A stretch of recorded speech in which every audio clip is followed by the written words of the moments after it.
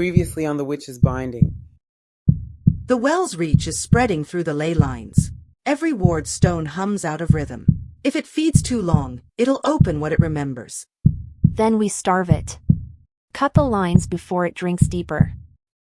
Never seen magic done with math before. Elara smiles. Kaelen looks away. Jaden waves and heads off. Friend of yours? Old maps fade. Nothing sinister. Then we restore it. 3 anchors, 3 wards. 1 night to hold the darkness back. Separate anchors mean separate wards. The tether will stretch. If it doesn't, you'll know. They stood apart and did not break. Not yet. 2 keys reveal the third sleeps still. Someone wanted us to find this. Kaelen's gaze darkens. And they want Briarwood scared. The witch's binding continues.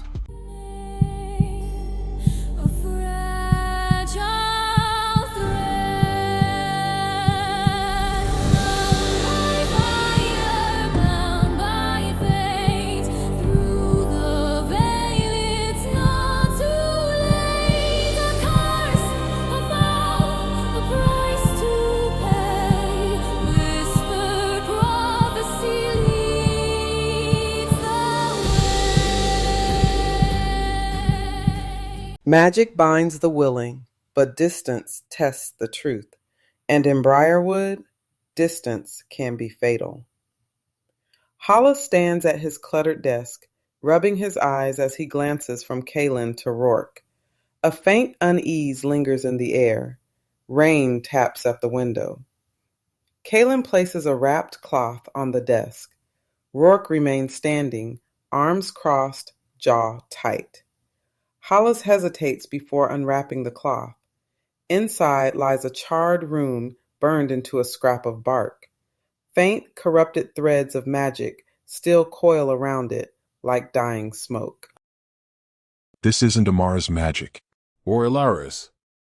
Whoever cast this wanted the pack to find it.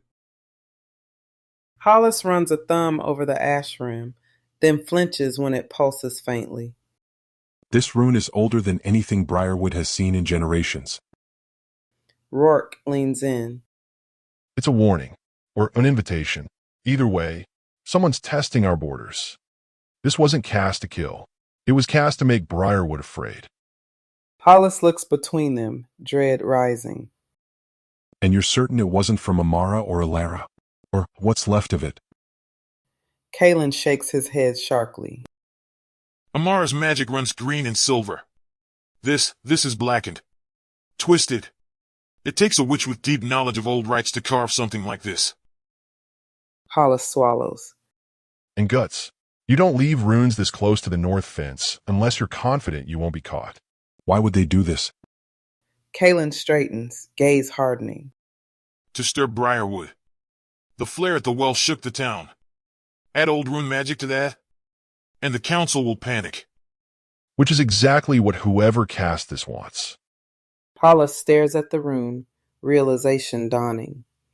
They want the town turning on witches, and on the pack. Kaelen's jaw sets like stone. Exactly.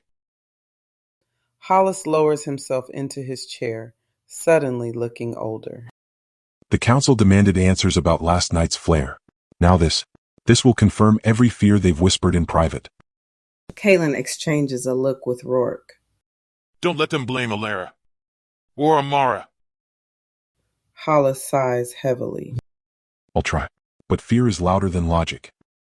Rourke steps closer, voice low and dangerous. Then speak louder. I'll call a council meeting. Quietly. Pray they listen. Kaelen nods once, then turns toward the door. Do it fast. The town is wound tight. One spark, and Briarwood burns itself down. He exits. Rourke pauses in the doorway, but not looking at Hollis as he speaks. Whatever's out there, it's not done. Rourke leaves. Hollis stares at the room fragment alone, dread creeping up his spine.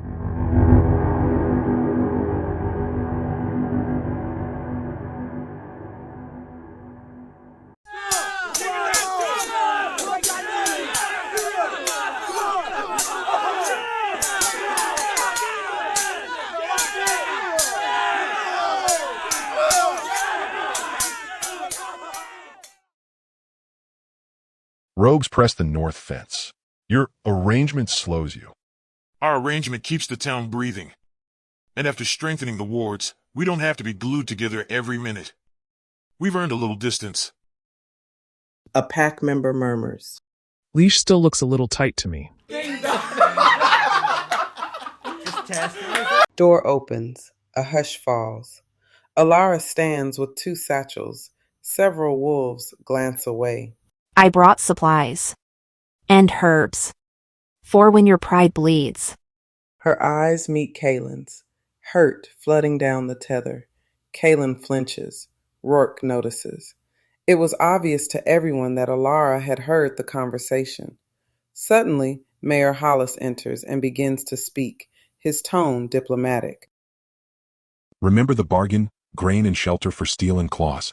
You have the mill house because we stand together. Close enough to guard. Far enough for the town to sleep easy. And far enough to forget us. To forget who protects your borders. Just close enough to remember why you're here. Elara turns and leaves before anyone can stop her. She walks away from the pack house, not toward the cottage, but toward town. The tether tightens with each step. And Kaelen did not follow. Rourke stood beside him, watching, worried but silent. As Elara continues to walk, the tether between her and Kaelen flickers faintly. She wipes her eyes, furious she even cares, and begins to mutter to herself. He couldn't say one thing. Not one.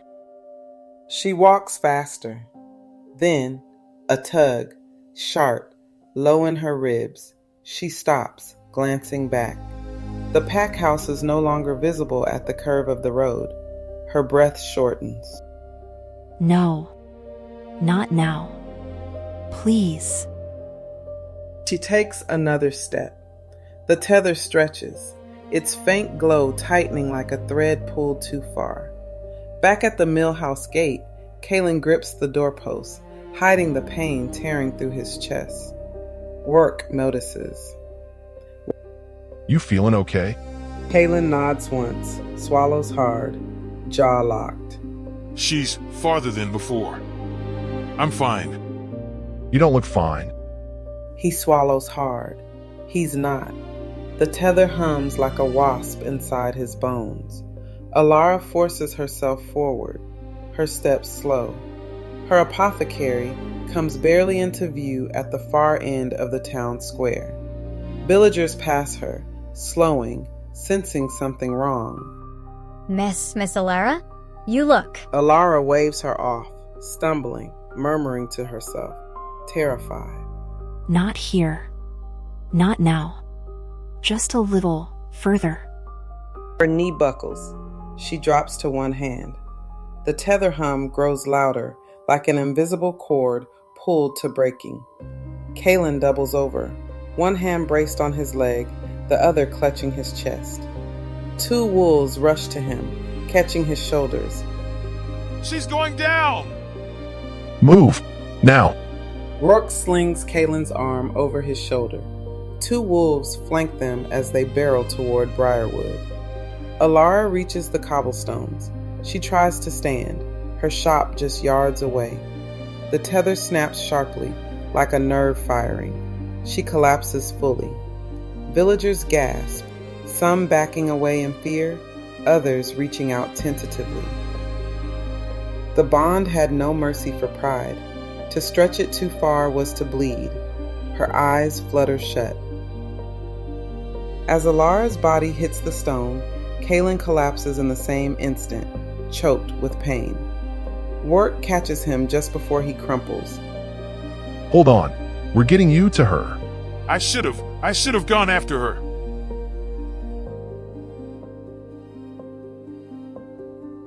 Pride broke before the bond did. Pain taught faster. In Briarwood, distance isn't just dangerous, it can be fatal.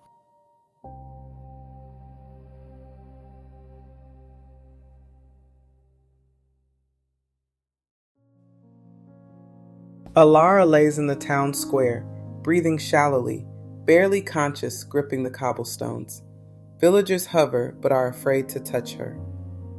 A villager runs inside the butcher's shop. Fetch Hollis. And someone get the healer. Elara forces herself onto hands and knees. Her shop is right there, 20 steps away. She tries to crawl. The tether yanks like a hook in her spine. Kaelen, please, where are you? Stop being so stubborn. Elara, hold on. I'm coming. Her vision blurs gold. The tether vibrates in her chest. A child watches, wide-eyed. Miss Elara, are you hurt? No, sweetheart, just tired. She collapses again. Magic gave strength to her hands, but bonds demanded honesty from her bones. Wolves' paws thunder across the square. Kaelen arrives, half carried by Rourke. The moment he crosses an invisible threshold, the tether snaps back into harmony. Both gasp like surfacing from deep water. Kaelen drops beside her, lifting her gently. Elara, look at me. I'm here. About time. Villagers stare, fear mixed with awe. Rourke circles them, sniffing the air. Whatever limit that was, it nearly ripped you both apart. Distance had found its edge, and the bond did not forgive those who crossed it. Hollis pushes through the crowd. Elara, are you all right? Your aunt will have my head if I don't get you home safe. As Hollis finishes, Morel and Amara push through the crowd. Morel's eyes catch Hollis's for the briefest moment. Soft, sharp, familiar. Then she turns instantly to Elara. Fools! The tether isn't a chain meant for pulling. It's a lifeline. Snap it, and it may unmake you both. She didn't snap it, Auntie. Pride did. When you wander too far, your bodies pay first. Your minds will be next. So we live within a leash. Within reach. In time and harmony, the reach will lengthen. Breathe. They synchronize. Breath, heartbeat alignment. The tether eases from agony to ache. They learn the length of their chain and that it could choke.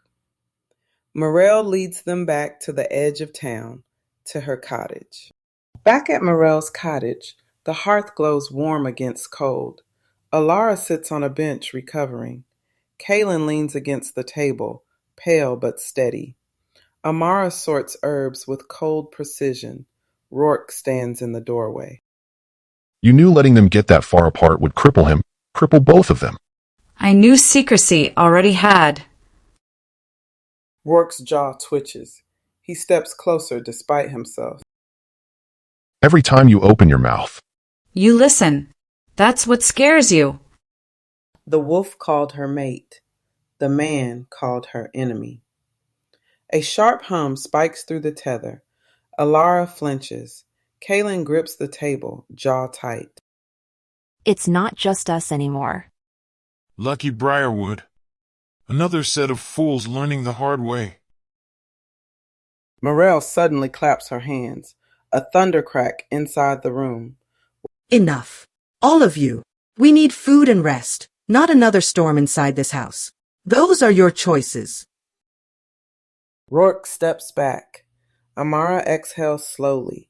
The tension doesn't vanish. It waits. A bell begins to ring in the distance, and as tempers cooled within the cottage, fear rose outside it. The bell would call them back to the hall, not tonight's rest, but tomorrow's reckoning.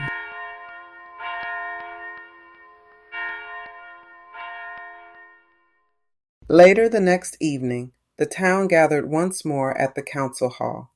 The meetings had become ritual, routine only by necessity, required for as long as the well stirred in its sleep and Elara and Kaelen remained bound by a tether that neither could escape. Animals are restless, agitated. I saw crimson in the fog. The well's awakening is cursed. What's behind this? What's in that well? Hollis slams the gavel hard. Enough. We must remain calm and stand together, or we scatter and fall. Choose. The crowd hushes, but fear buzzes under the silence. Elara pushes herself upright, pale, exhausted, but steady. Kaelen steps beside her, posture protective. Between their chests, the tether glows like a burning ember. The wards have been strengthened. And they're holding. We will protect you. But panic and fear will only make things worse. Murmurs ripple, some fearful, some hopeful. We hold the line. Together. Rourke steps forward, eyes hard. Perimeter. Now, confirm the wards are holding. Wolves slip out into the night. A gust of cold air follows them. And nobody runs at shadows with pitchforks. We don't need bodies piling up and escalating things we don't understand. Trust is not a door you kick open. It is a latch you lift. Slow.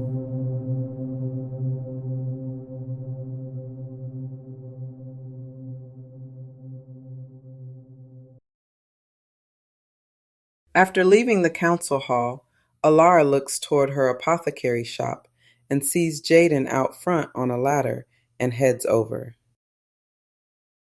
Lantern kept going out in the wind. Figured you'd want it steady for folk coming by.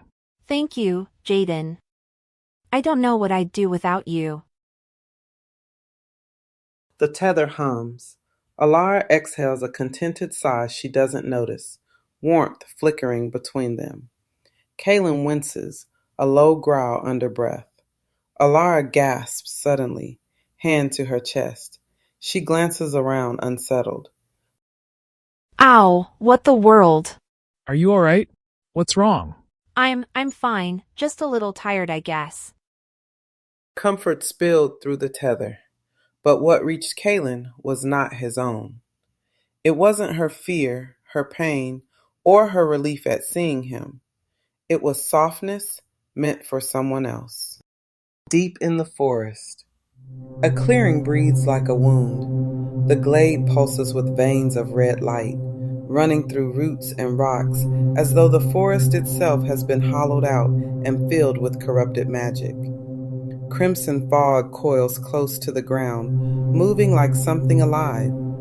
At the center, a wide chalked map of runes glows on the earth, its lines jagged, ancient, shifting like they're refusing to stay still.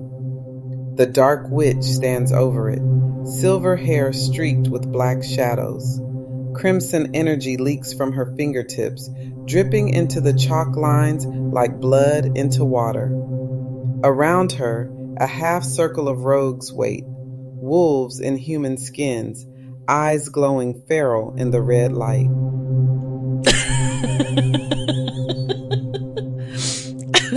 Pull them apart, and they will break themselves. Her fingers trace a line on the rune map, and red tendrils shoot outward beneath the soil. A rogue steps forward, restless, eyes wild, feral. What are we waiting for? Can't you break their wards and take what we want? The others stiffen. He said the wrong thing. Her reaction is instant. The dark witch raises her hand. The rogue lifts violently off the ground, choking, limbs jerking, feet kicking inches above the dirt. His breath rattles. Smoke curls from his skin. If I want your opinion, I'll give you one. She tightens her fingers. The rogue convulses, glowing red from the inside. He erupts into flames, screaming, disintegrating mid-air. Ash scatters across the damp leaves. The dark witch finally turns to the remaining rogues. Any other opinions? Silence. Razor sharp. A few rogues drop to their knees. Others bare their necks in submission. She smiles, slow and cold. Good. She circles the remaining rogues, their eyes lowered, breaths shallow. I don't need your understanding or your agreement.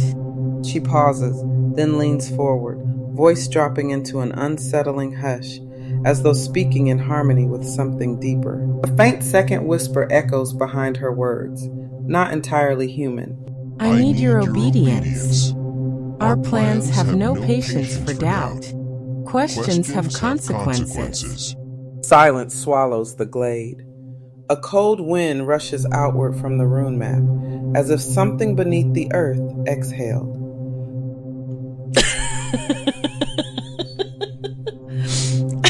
Red veins beneath the forest floor pulse slowly in all directions, leading away from her into the dark. The bond had learned its first limit. The rogues had learned their place, and the dark knew exactly where to press. Red threads shoot from the rune map in every direction, slithering into the distance like serpents. Toward Briarwood, toward the mill house, toward the well. The forest shudders. The crimson threads mark the moment the Dark Witch reactivated Briarwood's buried magical network, forcing distance, bonds, and places of power to begin responding as one system again. Something that was meant to stay quiet just woke up.